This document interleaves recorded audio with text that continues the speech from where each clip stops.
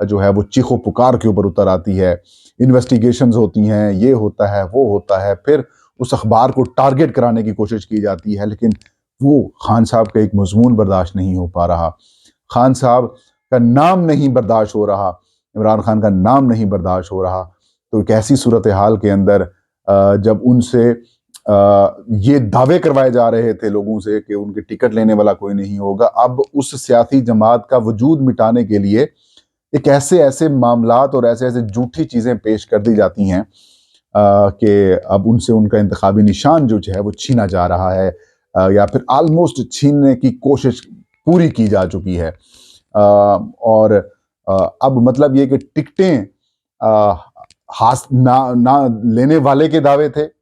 کوئی نہیں لینے والا، اور اب جو ہے کہ آپ ان کے بلے کے پیچھے، ان کے نشان کے پیچھے آپ پڑے ہوئے ہیں، اور اس طریقے سے آپ پیچھے پڑے ہوئے ہیں کہ اتنا خوف ہے کہ کہیں بلہ اگر آ گیا میدان میں تو پھر ہمارے تو چھکے چھوٹ جائیں گے، ہم تو فارغ ہو جائیں گے۔ تو ناظرین، صورتحال یہی ہے، پریشانی یہی ہے،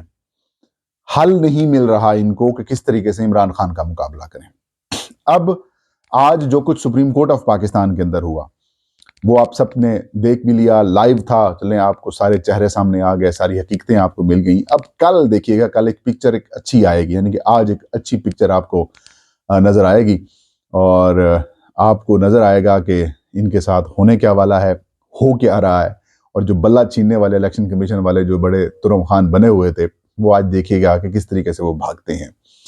اور کچھ سپریم کورٹ کے جو رپورٹرز ہیں جو یہ سمجھتے ہیں کہ وہ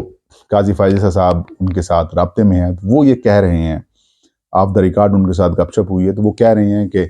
قاضی صاحب اتنا بڑا گند اپنے سر کے اوپر نہیں لیں گے،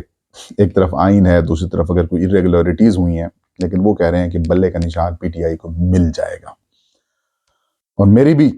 آبزرویشن یہی ہے کہ پی ٹی آئی کو بیٹ کا نشان دیں گے، کیونکہ آئی ایم ایف سے پیسے مل چکے ہیں، اور اب بیٹ ملے گا تو الیکشن کمیشن آف پاکستان کو ضد پڑوائیں گے، کہیں ریزائن کر جائے، یا پھر سیکیورٹی کا بہانہ بنا کے الیکشن سے بھاگ جائیں گے۔ لیکن جو پی ٹی آئی کے لیے خوش آئند چیز ہے، جو حوصلہ افزا چیز ہے، وہ یہ ہے کہ تحریک انصاف نے پورے پنجاب میں، خیبر پختونخوا میں، بلوچستان، سندھ میں، اسلام آباد میں، اور صوبائی اور قومی اسمبلی کی نشستوں کے اوپر اپنے امیدوار میدان میں اتار لیے ہیں۔ اور ابھی چند روز پہلے جو دعوے دار تھے کہ ان کو ٹکٹ لینے والا کوئی نہیں ہوگا، وہ آپ کو پروپیگنڈا کرتے ہوئے دکھائی دے رہے ہیں، یا پھر ان سے کروایا جا رہا ہے کہ پی ٹی آئی والے پیسے لے کے ٹکٹیں بانٹ رہے ہیں، یہ کر رہے ہیں، وہ کر رہے ہیں۔ لیکن باوجود اس کے ناظرین، تحریک انصاف نے ایک مکس قسم کا امیدواروں کی ایک لسٹ جاری کی ہے۔ باقی ایک حقیقت ہے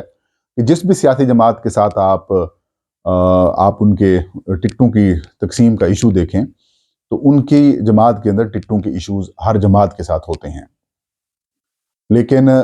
ظاہر ہے کہیں پہ کچھ چیزیں دیکھی جاتی ہیں، کچھ چیزیں نظر انداز کی جاتی ہیں، اور جس قسم کی صورتحال تحریک انصاف فیس کر رہی ہے، تحریک انصاف کے ایسے لوگ جن کو خان صاحب یقین بھی نہیں کر سکتے تھے کہ یہ میرا ساتھ چھوڑ دیں گے، جس طریقے سے ان کو مینج کیا گیا، یا پھر ان کو جس طریقے سے راستے سے ہٹایا گیا، یا جس طریقے سے تشدد، مظالم، یا باقی جو بلیک میلنگ کے ٹیکس جو ہیں وہ استعمال کیے گئے ہیں، اس کے اندر بہت سارے جو بڑے بڑے لوگ تھے، نامور لوگ تھے، وہ پیچھے ہٹ گئے، وہ اپنے آپ کو سیاست سے ڈس ایسوسیٹ کر گئے، وہ چھوڑ گئے۔ ایسے شیریں مزاری ہے، خان صاحب اس کے اوپر ابھی تک بھی ٹرسٹ نہیں کرتے۔ اس کے علاوہ آپ دیکھ لیں جی، فاروق حبیب صاحب ہو گئے، عثمان ڈار صاحب ہو گئے، عمران اسماعیل ہو گئے، علی زیدی ہو گئے، سی ایم کے پی کے دونوں، پرویز خٹک بھی، فارمر سی ایم، اور محمود خان بھی، وہ پیچھے ہٹ گئے، اور بہت سارے لوگ جو ہیں وہ جو خان صاحب کے بالکل قریب سمجھے جاتے تھے،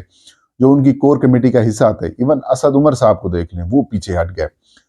تو ایسی صورتحال کے اندر اب آپ خود اندازہ لگا لیں کہ کس طریقے سے لوگ مینیج کیے گئے۔ تو ایسی صورتحال میں اگر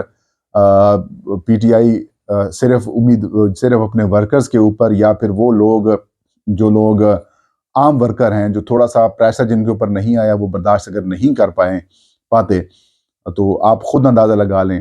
کہ وہ اگر الیکٹ ہو جاتے ہیں، یا پھر پی ٹی آئی سے بیٹ چھین لیا جاتا ہے اور وہ انڈیپینڈنٹ امیدوار بن جاتے ہیں، تو پھر وہ ان کا انٹرسٹ کس طرف ہوگا، ان کا جھکاؤ کس طرف ہوگا، کیا پھر وہ نہیں مینیج ہو پائیں گے؟ تو ایسی صورتحال کے اندر جو بھی صورتحال پی ٹی آئی کو فیس کر رہی ہے، اس کے اندر جتنے بھی انہوں نے امیدوار دیے ہیں، میں یہ سمجھتا ہوں کہ یہ سب سے بڑی ان کی کامیابی یہ ہے کہ انہوں نے ہر حلقے میں تقریباً اچھے امیدوار لانے کی کوشش کی ہے اور وہ لا چکے ہیں. مثال کے طور پر حماد اظہر صاحب جو ہیں ان کو ڈسکوالیفائی کرا دیا گیا تو انہوں نے والد کو دے دیا. زرتاج گل آ گئی ہیں,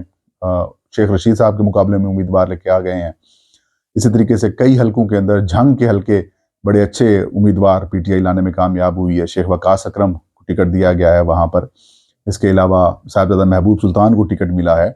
لاہور سے اچھے امیدوار پی ٹی آئی لے کے آئی ہے. ملتان میں بھی تگڑے امیدوار ہیں. راول پنڈی کے بھی حلقوں میں ٹھیک ٹھاک امیدوار ہیں. اسلام آباد کے حلقے کے, خیبر پختونخوا میں تو میجارٹی میرے خیال میں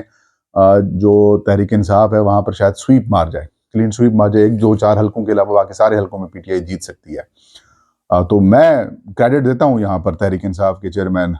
اس وقت جو موجودہ چیئرمین ہے برسٹر گوہر کو اور ان کی ٹیم کو. ہاں کہیں غلطیاں کوتاہیاں ہوئی ہیں, لیکن جس قسم کی صورتحال پارٹی فیس کر رہی ہے ایسی صورتحال کے اندر میرے خیال میں ان چیزوں کو نظر انداز کرنا چاہیے. اور پلان بی سی کیا ہے؟ پلان بی بھی پی ٹی آئی ہے ناظرین, پلان اے بھی پی ٹی آئی بیٹ ہے, اور پلان بی یہ ہوگا اگر نہیں دیتے تو پھر یہ آزاد ہو جائیں گے یا پھر کسی اور سیاسی جماعت کے ساتھ اتحاد کر لیں گے. لیکن پی ٹی آئی نے یہ ڈیسائیڈ کیا کہ بھی الیکشن لڑنا ہے, آپ ہمیں اٹھا کے باہر پھینک دیں, دنیا دیکھ لے گی آپ کے چہرہ. الیکشن آج خود ہم نے بائیکاٹ نہیں کرنا. یہ تھا آج کا ویلاگ. فہیم اختر کو اجازت دیجیے. اللہ ہم سب کا حامی ناصر ہو.